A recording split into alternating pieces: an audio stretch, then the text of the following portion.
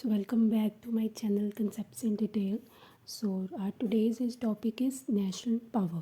National power का हमारे international politics में कैसा रोल है, क्या कंपोनेंट्स है और उसका मीनिंग और नेचर क्या है, कैसे ये इवॉल्व हुई, ये हम आज इस चैप्टर में पढ़ेंगे. So let's start with the introduction. So here are some scholars जिनका मानना है कि जो जो हमारी पावर है वो क्या है, सेंट्रल टू पॉलिटिक्स है. ठीक है, मीन्स पॉलिटिक्स में जो सेंट्रल रोल प्ले करता है वो किसका रोल प्ले करता है, वो पावर है जो सेंट्रल रोल प्ले करती है. ठीक है, कहते हैं जो पावर का जो हमारा कंसेप्ट है वो उतना ही पुराना है जितने ह्यूमन जो है पुराना है. ठीक है, मतलब जैसा जब से ह्यूमन ने बर्थ लिया है तब से ही उसके साथ पावर ने भी है जो बर्थ ही लिया है. ठीक है, क्योंकि हम कहते हैं एंशियंट टाइम से हम देखते आए कि जो मैन है वो पावर के लिए शुरू से ही स्ट्रगल करता आया कि मुझे पावर ज़्यादा मिले, मुझे पावर ज़्यादा मिले. ठीक है, तो इसलिए कहते हैं जैसे जैसे ह्यूमन इवॉल्व हुआ है उसकी उसके साथ साथ ही जो है नेशनल पावर भी है जो इवॉल्व हुई है. ठीक है, तो आगे उन्होंने जो मैक्स वेबर है उसने कहा है, ठीक है, वो आप ये एग्जैक्ट इसके वर्ड्स के साथ लिख देना, then you will get more marks. ठीक है, तो उन्होंने कहा है कि politics is a struggle for power और in the influence to those in power. ठीक है, वो कह रहे हैं कि पॉलिटिक्स जो है, ठीक है, वो एक स्ट्रगल फॉर पावर है. ठीक है, जैसे हम अपने आसपास जो कंट्रीज़ हैं उसकी भी एग्जांपल ले सकते हैं कि जैसे यूएसए है. Still USA is the most powerful country, ठीक है, इन द वर्ल्ड, बट वो जो है फिर भी उससे भी ज़्यादा पावरफुल बनने के लिए कोई ना कोई रोज़ मतलब ट्राई करता ही रहता है. ठीक है, रोज़ नवीन ना कोई वो वेपन निकाल देता है. ठीक है, कोई ना कोई वो सैटेलाइट लॉन्च कर देता है कि वो सबसे आगे रहे. ठीक है, सो कहते हैं it is a struggle for power and the influence to those in the power. ठीक है, तो अगर मोस्ट पावरफुल नेशन है, जैसे कि हमें पता है जो USA the most powerful country है, ठीक है, तो वो दूसरे पावरफुल नेशंस को भी इन्फ्लुएंस करता ही है. ठीक है, उसी के अकॉर्डिंग सारा डिसीजन चलता है. अगर अब वॉर हो रही है, ठीक है, तो काफ़ी ज़्यादा डिसीजन जो है यूएसए पे डिपेंड करते हैं. ठीक है, वो कैसे डिसीजन ले रहा है, अगर उसने बैन कर दिया रशिया को तो भी हाँ सारे लोग बोलेंगे, सारी कंट्रीज बोलेंगी हाँ भी हाँ ये बैन है. ये क्या, क्यों लोग उसकी सारी बातें मान रहे हैं, क्यों, क्योंकि आज के टाइम पे वो सबसे पावरफुल कंट्री है, इसलिए लोग उसकी बात मतलब इसलिए बाकी सारे नेशन जो है उसकी बात मानते हैं. ठीक है,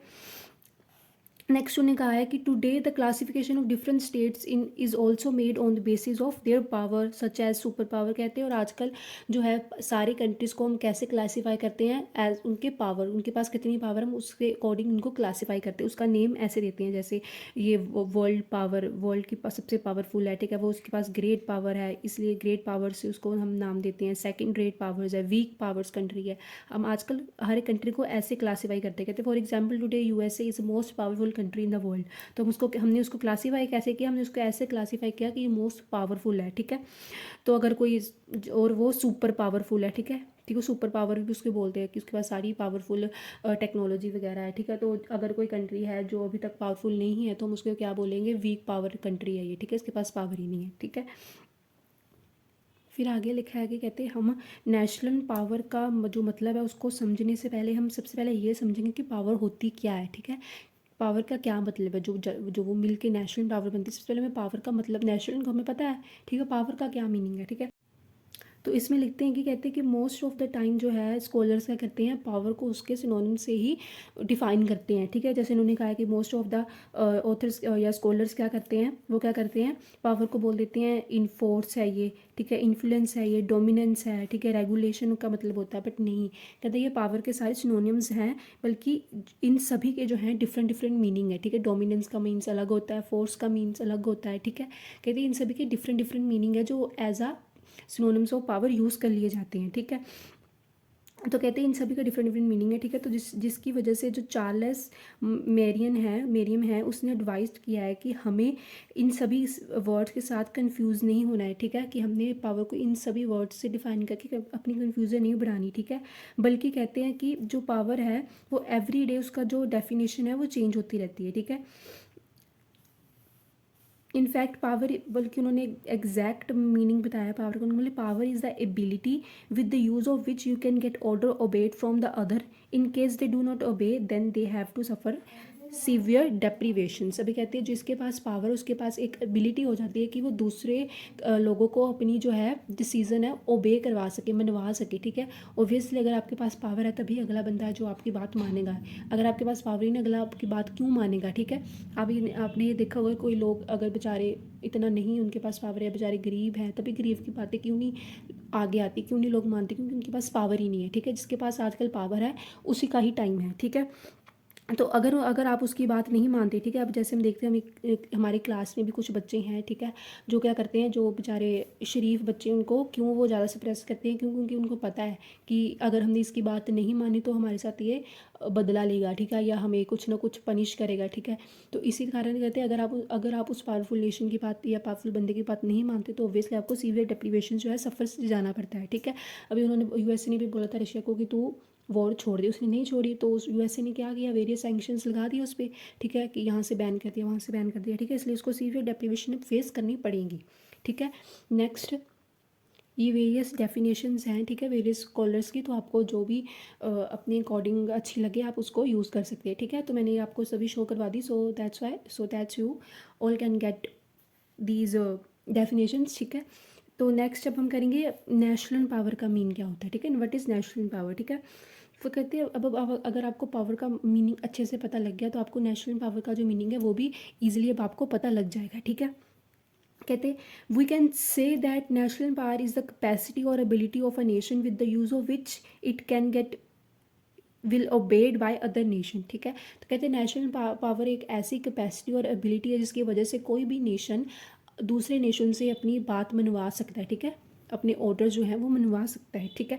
क्योंकि अगर जब यूएस से अगर बोल दे किसी को भी कि आपने ये काम नहीं करना, तो that country has to obey that rule, because आपको पता है वो वेरियस सैंक्शन लगा देती है, ठीक है, इसलिए आपको ओबे करना ही पड़ता है, ठीक है। We can say that national power of a nation is the ability to secure the goals and objective of the national interest. अभी यूएसए तभी क्यों रोकता है, तो ताकि उसकी कंट्री का जो नेशनल इंटरेस्ट है वो उससे बचा सके, उसके जो ऑब्जेक्टिव है कि हमने पावरफुल नेशन रहना ही है, ठीक है, हमने सबसे आगे रहना ही है। तो उस नेशनल इंटरेस्ट को ध्यान में रखते हुए सारे फैसले लेगा और सभी को उसकी फैसले मानने पड़ते ही पड़ते हैं, ठीक है। तो कहते हैं मेनली क्या होता है नेशनल पावर में, क्या क्या चीज़ें इन्वॉल्व होती हैं, capacity to use the force और the threat of the use of the force over the other. तो ऑब्वियसली हम थ्रेट्स देता है कि अगर आपने ऐसा नहीं किया तो मैंने यहाँ पे फलाना बैन लगा देना, वो बैन लगा देना, ठीक है। भी रशिया पे भी कितने स्विफ्ट बैन लगे हैं, यहाँ से उसको G7 में बोलते हैं निकाल दो। तो ये सारे में से ऐसे वो थ्रेट दे रहा है कि किसी न किसी थ्रेट को अगर सुन के रशिया पीछे हो जाए, ठीक है। तो कहते हैं उसमें वेरियस चीज़ें कौन कौन सी इन्वॉल्व होती हैं कि आप फोर्सफुली आप थ्रेट दोगे, ठीक है, आप पावर का थ्रेट दोगे, आप वेरियस सैंक्शंस का दोगे, ठीक है।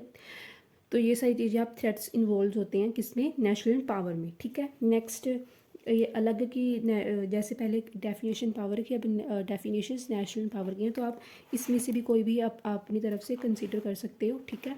आपको जोन सी भी अच्छी लगी आप यू कैन टेक दैट। सो अब हम करेंगे नेचर ऑफ नेशनल पावर, जो उसके क्या करेक्टरिस्टिक्स हैं, ठीक है।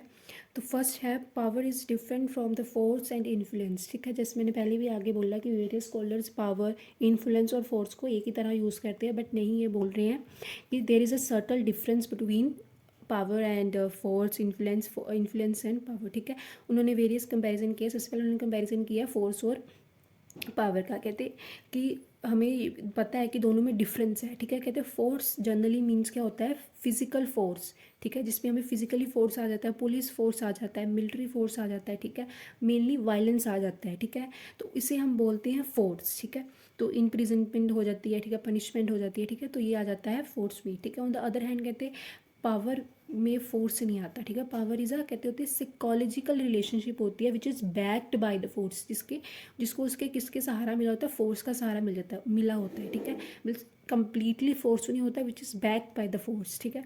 नेक्स्ट है और threat of the use of force की थ्रेट देते हैं वो पावर में, क्या करते हैं हम थ्रेट देते हैं कि हम ये वाली पावर यूज़ कर लेंगे, हम जब भी पावर में ये फोर्स ऐड हो जाए, ठीक है, जब physical force, police force, military force add हो जाए तो क्या होता है, यहाँ पे लिखा है power gets replaced by the force. तो वहाँ पे फोर्स आ जाता है, पावर की बात वहाँ पे नहीं रहती, ठीक है। नेक्स्ट उन्होंने कहा है कि there is also a certain difference between the power and influence. हम कहते हैं पावर एंड इन्फ्लुएंस में भी डिफरेंस होता है, बट कई स्कॉलर्स नहीं मानते, but there has a difference, ठीक है। तो उन्होंने कहा है माना कि पावर में भी हम इन्फ्लुएंस ही करते हैं, अपने अपने जो डिसीजन है, अपने इंटरेस्ट वगैरह दूसरी कंट्री में जाके इन्फ्लुएंस ही करते हैं, बट कहते हैं there is a still difference, ठीक है। तो कैसे उन्होंने कहा है, यहाँ पे उन्होंने कहा है कि yet with the use of influence this change is brought through persuasion whereas power involve use of force and. कहते इन्फ्लुएंस में फिर भी हम वहाँ पे जाके बातचीत करने का मौका देखते हैं, ठीक है, कि अगर हम जाके वहाँ पे उनका जो डिसीजन को इन्फ्लुएंस कर सके बात वगैरह कर में। बट पावर में कहते हैं हम एट द एंड क्या करेंगे, वहाँ पे बातचीत नहीं करते। पावर में हम सीधा ही अपना फोर्सफुली थ्रेट यूज़ करते हैं कि अगर तो आपने ये करना है, वरना हम ये करने लगे हैं, मिलिट्री यूज़ हमने अटैक करने लगे, ये करने लगे। तो वहाँ पर परसुएशन का काम नहीं होता कहते, ठीक है। So there is a difference between the power and force and power and influence, ठीक है। नेक्स्ट पॉइंट है so national power is both means as well as end. तो कह रहे हैं कि नेशनल पावर जो है वो जनरली हम उसको डिफाइन करते हैं कि एक ऐसी एबिलिटी है, ठीक है, ऐसी एबिलिटी है जिसके द्वारा हम अपने जो नेशन के ऑब्जेक्टिव्स हैं, ठीक है, उसको हम सिक्योर कर सकते हैं, और अलग कंट्री में जाके, मतलब अलग कंट्री में जाके हम अपने अपने ऑब्जेक्टिव जो हैं उसको हम सर्टन ऑब्जेक्टिव जो है उसको अकम्प्लिश करवा सकते हैं, ठीक है। तो कहते हैं इसको हम और भी किस नाम से बोलते हैं it is a real currency of international politics, ठीक है। जो नेशनल पावर ही है जो है एक रियल करेंसी है इंटरनेशनल पॉलिटिक्स के लेवल में, ठीक है। अगर किसके पास पावर है तभी वो जो है अपने ऑब्जेक्टिव्स या ठीक है अपने नेशनल इंटरेस्ट को फुलफिल करवा सकता है। अगर उसके पास नहीं है then that country is not able to fulfil their objectives, ठीक है। सो कहते हैं अलॉन्ग विद इट, ये एक मीन होने के साथ साथ एक एंड भी है, ठीक है। नेशनल पावर जो है एक एंड भी है। कैसे है, कहते हैं जो सारी कंट्री है जिस अगर उसके पास अगर जैसे यूएसए भी है, अगर वो मोस्ट पावरफुल नेशन बन भी गया तभी वो टिक के बैठा थोड़ी है। That country is still trying to be और भी पावरफुल, ठीक है। तो more and more they want more and more, ठीक है। अगर उनके पास फुलेस्ट भी है then still they want more and more. तो वो कहते हैं इसी के पीछे वो लगे रहते हैं, ठीक है, कि अपने वो फ्यूचर नीड्स के लिए और इकट्ठा कर ले, और इकट्ठा कर ले, और इकट्ठा कर ले, ठीक है, ताकि वो एक रिजर्व भर के रख सके। सो कहते हैं इसकी वजह से ये नेशनल पावर मीन्स भी है एज वेल एज एंड भी है, ठीक है। नेक्स्ट है national power is an ability to secure national interest. जैसे मैंने पहले बोला कि अगर तो आपके पास नेशनल पावर है then that country is able to fulfil their national interest. तो अगर तो उसके पास नेशनल पावर नहीं है तो ओबियसली वो इंटरनेशनल लेवल पे compete कर ही नहीं सकती, उसको दूसरी चीज़ें दूसरों की बातें माननी ही पड़ेंगी, ठीक है।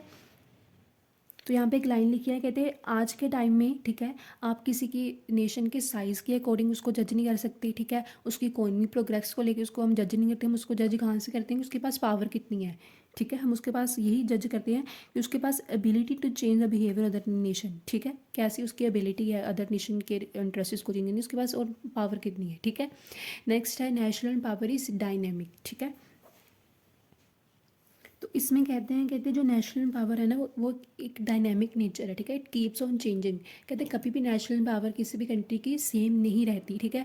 कि अगर किसी की बहुत पुरानी शुरू से चलती आई वो, मतलब कि ऐसा नहीं है कि अगर कोई नेशन शुरू से ही पावरफुल है तो still that country is powerful, तो ऐसे नहीं होता, ठीक है। कहते हैं it's due to the change in situations time, ठीक है, सोर्सेज। तो जो नेशनल पावर है वो चेंज होती रहती है, ठीक है।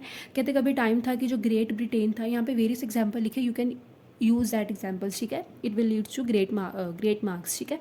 नेक्स्ट है उन्होंने कहा है कि जो नेशनल पावर ग्रेट ब्रिटेन की थी, ठीक है, वो कहते हैं सबसे पावरफुल मानी जाती है एक टाइम पे, बट टुडे वो यूएसए की पावर जो है हम ग्रेट मानते हैं, कि मोस्ट पावरफुल हम यूएसए को मानते हैं। तो इसी वजह से क्या हो, जो ग्रेट ब्रिटेन की पावर मतलब आज के टाइम पे नहीं है तो उसकी डिक्रीज़ हो गई। नेक्स्ट उन्होंने कहा है कि जब 1962 में हमारी इंडो चाइना वॉर हुई थी, है ना, तो दैट टाइम जो है वो इंडिया तो था वो काफ़ी बुरी तरह से हारा था, ठीक है। तो जिसकी वजह से क्या हुआ था, हमारी इंटरनेशनल लेवल पे हमारी जो नेशनल मतलब हमारी जो पावर थी, ठीक है, वो तो कम हुई साथ में हमारी जो है एक रिस्पेक्टफुल वो भी था कि ये वाला नेशन अच्छा है, ठीक है, पावरफुल है, तो वो भी हमारी डिक्रीज़ हुई, ठीक है। नेक्स्ट कहते हैं अभी बट ऐसा नहीं है, तो पहले तो हमें बता दिया गया था कि इसकी पावर है नहीं इसके पास, बट अभी जो है हमारी नेशनल पावर इंक्रीज़ हो गई है क्योंकि हम एक न्यूक्लियर पावर कंट्री बन गई है। पहले हमारे पास न्यूक्लियर नहीं था एट दैट टाइम, ठीक है, तो हमारी न्यूक्लियर पावर अब हम बन गए हैं, ठीक है। नेक्स्ट अब हमारी इकोनॉमी भी है वो कहते काफ़ी स्ट्रॉन्ग हो गई है। अब जो इंडिया तो है एक स्ट्रैटेजिक पार्टनर भी है यूरोपियन यूनियन में और एक G8 का भी मेंबर है, ठीक है। तो कहते हैं वेरियस एग्जांपल इसकी परमानेंट सीट भी है सिक्योरिटी काउंसिल में इंडिया की, ठीक है। तो इंडिया ने काफ़ी ज़्यादा इंक्रीज़ किया है एज ए नेशनल पावर, ठीक है। तो नेक्स्ट उन्होंने कहा है कि जैसे यूएसआर भी जब 1992 में कोलैप्स हुआ था तो जो रशिया था काफ़ी ज़्यादा वीक पड़ गया था, उसकी नेशनल पावर काफ़ी वीक हो गई थी। बट कहते हैं नाउ अब आप देख सकते हैं जो रशिया भी है काफ़ी ज़्यादा अच्छे वेपन्स बना रहा है, हम इंडिया उसे इम्पोर्ट करता है, ठीक है, वेरियस वेपन्स, ठीक है, काफ़ी सारा और तेल वगैरह बाकी सारी चीज़ें भी इंपोर्ट करता है। और इससे ये हमें पता चलता है कि कैसे national power time to time change होती रहती है, एक स्टिल नहीं रहती, ठीक है। नेक्स्ट है it varies from nation to nation, ठीक है। इसमें है कि जो अलग अलग नेशन है ना उसकी जो उसकी नेशनल पावर है कहते हैं वो भी अलग अलग होती है। कोई भी ऐसा दो नेशन नहीं उनकी, ये अगर ये दो नेशंस हैं इनकी एकदम सेम पावर है, जैसे अब हम बोलते हैं कि India is USA is the most powerful, then उसके बाद चाइना आता है, ठीक है, देन उसके बाद अलग अलग कंट्री आती है। तो ये तो नहीं बोलते हम कि यूएसए और चाइना दोनों ही पावरफुल है, नहीं। तो कहते हैं हर एक की नेशनल पावर जो है वो चेंज होगी, ठीक है, दोनों की भी same, no two nations have equal national power, ठीक है। तो आगे उन्होंने बोला जो नेशनल पावर है वो किस पे डिपेंड करती है, वो डिपेंड करती है कि वो कैसी इन्फ्लुएंस करता है अदर नेशन को, उसकी एबिलिटी कैसी है नेशंस को इन्फ्लुएंस करने की। देन वो बोलते हैं कि हर एक नेशन के पास इक्वल रिसोर्सेज नहीं होते, ठीक है, किसी के पास ज़्यादा रिसोर्सेज होते हैं, किसी के पास कम रिसोर्सेज होते हैं, ठीक है। From there we can differentiate between that this country is powerful, this country is rich country, this country is poor country, है ना। तो उससे हम कंपैरिजन निकालते हैं। अभी ऑब्वियस जो कंट्री रिच है उसके पास पावर भी मोर होगी, ठीक है। ये तो है नहीं कोई कंट्री पुअर है तो उसके पास वेपन्स बहुत ज़्यादा, ऐसे तो नहीं होगा। क्यों? क्योंकि जैसे उसके रिसोर्सेज हैं, जैसी उसकी वो है कंडीशन है, उसी के हिसाब से वो वेपन्स वगैरह बनाएगा, खरीदेगा, ठीक है। अगर वो पुअर है तो वो कैसे बना पाएगा, नहीं बना पाएगा, ठीक है। तो कहते हैं यहाँ से हमें पता लग जाता है कि द नेशन इज़ पावरफुल और नो, ठीक है। नेक्स्ट उन्होंने बताया कि it is important to saying that when American president sneezes the world catches cold, ठीक है। इसका क्या मतलब है, कहते हैं इसका मतलब है कि जब national power of USA is much more than the comparison of other nation world की, उसी पे ही डिपेंड करता है बाकी कंट्रियों का, ठीक है, जो मोस्ट पावरफुल है, ठीक है। इसलिए बोले जब वो स्नीज करता है तो पूरी वर्ल्ड में जो है वो कोल्ड स्प्रेड हो जाता है, ठीक है। So the last is there are several elements of national power, कहते हैं जो नेशनल पावर है वो वेरियस एलिमेंट्स पर डिपेंड करता है। कैसे? The national power of nations is often a sense in the terms of the capabilities and there are many factors which determine the capability of nations, ठीक है। अभी कहता है जो नेशनल पावर है वो काफ़ी ज़्यादा कैपेबिलिटीज़ पे डिपेंड करता है। जो कैपेबिलिटीज़ वो वेरियस कैपेबिलिटी हो सकती है, ठीक है। फॉर एग्जांपल कि उसकी जोग्राफी कैसी है, उसकी पॉपुलेशन कैसी है, उसकी इकोनॉमिक ग्रोथ कैसी है, ठीक है, उसका टेक्नोलॉजी कैसी है उसके पास से, ठीक है, उसका लीडर कैसा, अच्छा लीडर होगा तो ऑब्वियस है वो that country leads in good way, ठीक है। उसके बाद नेक्स्ट है उसकी डिप्लोमेसी, ये वेरियस इश्यूज़ है, वेरियस कैपेबिलिटीज़ है जो डिपेंड करती है कि हमारी नेशनल पावर कैसी होगी कंट्री की।